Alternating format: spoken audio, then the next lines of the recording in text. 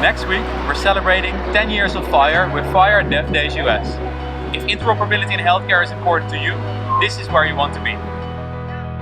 Over 4 days, you will have access to 130 live sessions of FHIR knowledge, ranging from explanations of the core concepts of the standard to insights from those who have implemented it around the world. One of this year's highlights is the panel with the 3 successive US National Coordinators of Health IT. Karen DeSalvo, Don Rucker and Mick Tripathi, all in one virtual room discussing the future of interoperability. We're continuing our tradition of letting you get hands-on with implementing by joining our tracks on building a FHIR application or FHIR specification. Go from zero to running in no time.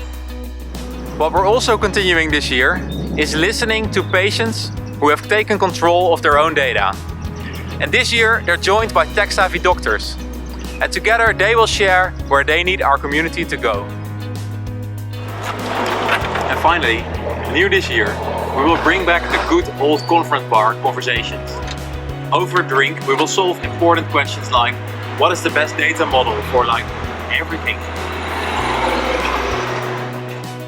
So, go to devdays.com right now and buy your tickets, and we look forward to see you there next week.